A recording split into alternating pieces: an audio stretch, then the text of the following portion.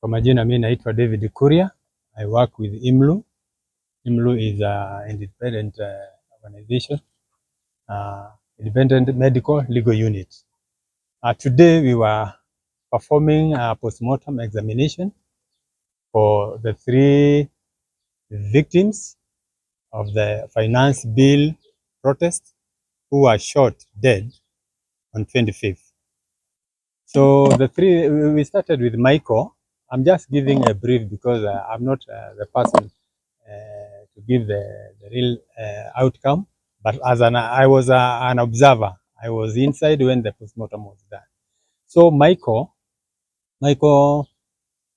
had 3 gunshots on the stomach and here in the abdomen, and I think one came out, and the third one was made a flashed on the lips, but one went inside and damaged some internal body organs. So the cause of death for him was excessive bleeding and the damage of the internal body organs. The next one was Austin Onyiso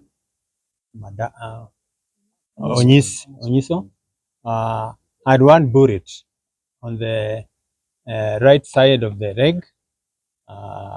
It entered from above the knee and came out in the other side of the leg. And I think he had excessive bleeding. The cause of death was due to lose of a lot of blood which came out. I think there was delayment before he was brought here to the hospital. So we have Kevin Madaga, who had one gunshot on the head. It entered through the lower side of the jaw and came out at the forehead, and it scattered the skull. And I think he also had a lot of blood bleeding in the brain. So that's how it has happened. So Dr. Gurugu has said that he's going to compile a comprehensive report, so maybe we'll follow him later. But Dr. Gekenyi, there were 2 doctors. We had Titus Gurungu and Dr. Gekenyi, who I think we have requested him to come back and maybe give you brief. So he's coming. My take is that we are condemning this shooting to kill to these people, and what we are saying that the government should be responsible to make sure that they compensate maybe the family, because what we are crying for is justice to be seen done to the victims. So we also have other victims with gun wounds on. They are in hospital. Some have not been discharged. Some have been discharged. And what we are saying that now that the government should do proper investigations, and all those people who are concerned in shooting these innocent demonstrators or protesters, action to be taken against them. We hope they will do so, although we are doubting, because you see the head of the state was saying that those were thugs, and you saw he was praising even the police action, which we say it is very wrong, because when he took over the government, he promised us that he was going to protect Kenyans from extrajudicial killings and enforced disappearance. And I think since he came in, we have more cases here in Nakuru. I normally document and monitor and document extrajudicial killings here in Nakuru, and I know that we have so many cases. So I think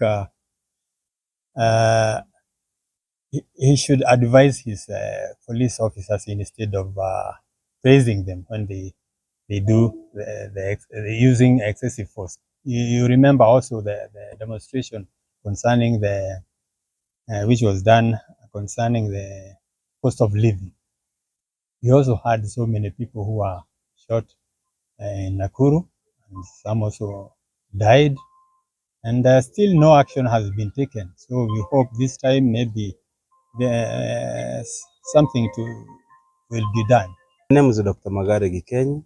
I'm a consultant general surgeon.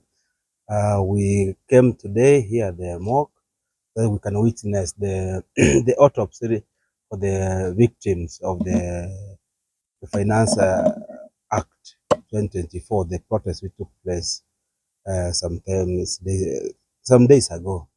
So last week. So essentially, the autopsy was done for the 3 victims by the pathologist, Dr. Ngulungu, in our presence. Essentially,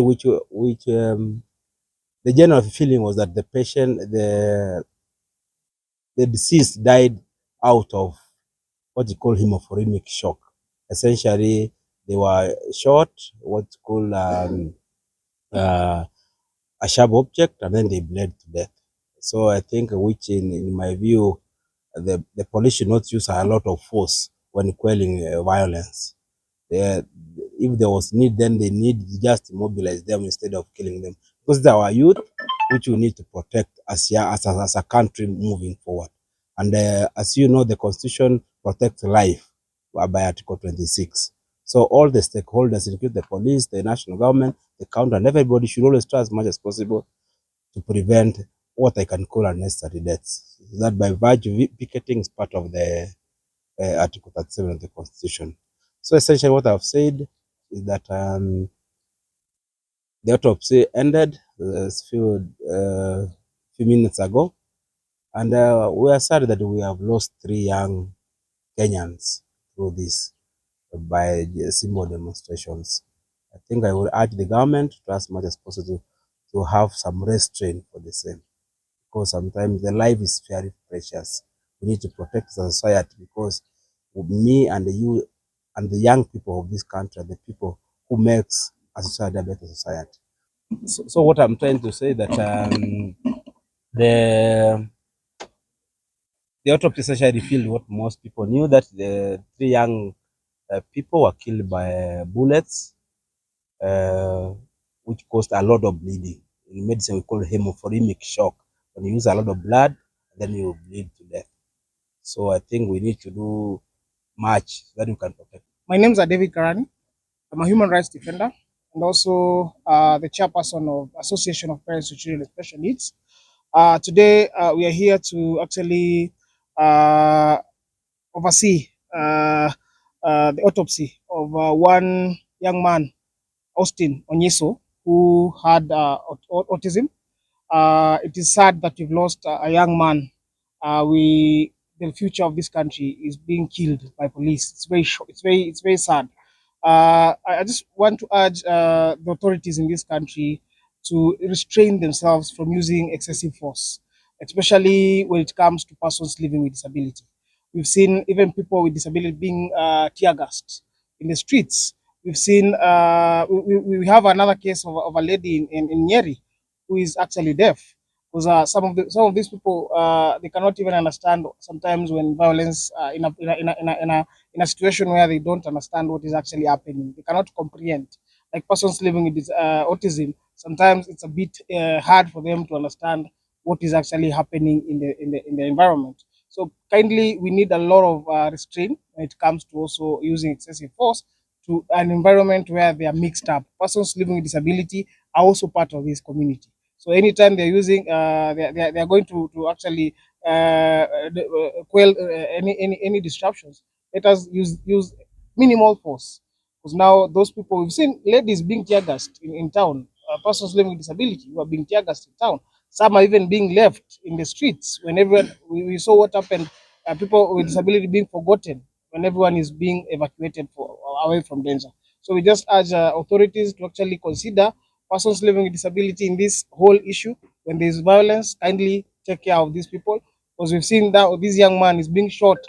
Maybe he didn't even understand what was actually, he would not comprehend what was actually happening. So it's a sad day for parents and also for persons living with disability. We've lost a young life. That is a very sad thing through police violence. So let's kindly preserve life.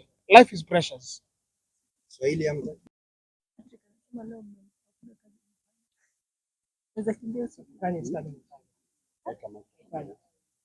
Human rights. Oh, wanataka cuts. Oh, wanapiga cuts. Hold kwanza, walikuwa wanapiga cuts. Gikanye. Watching on behalf of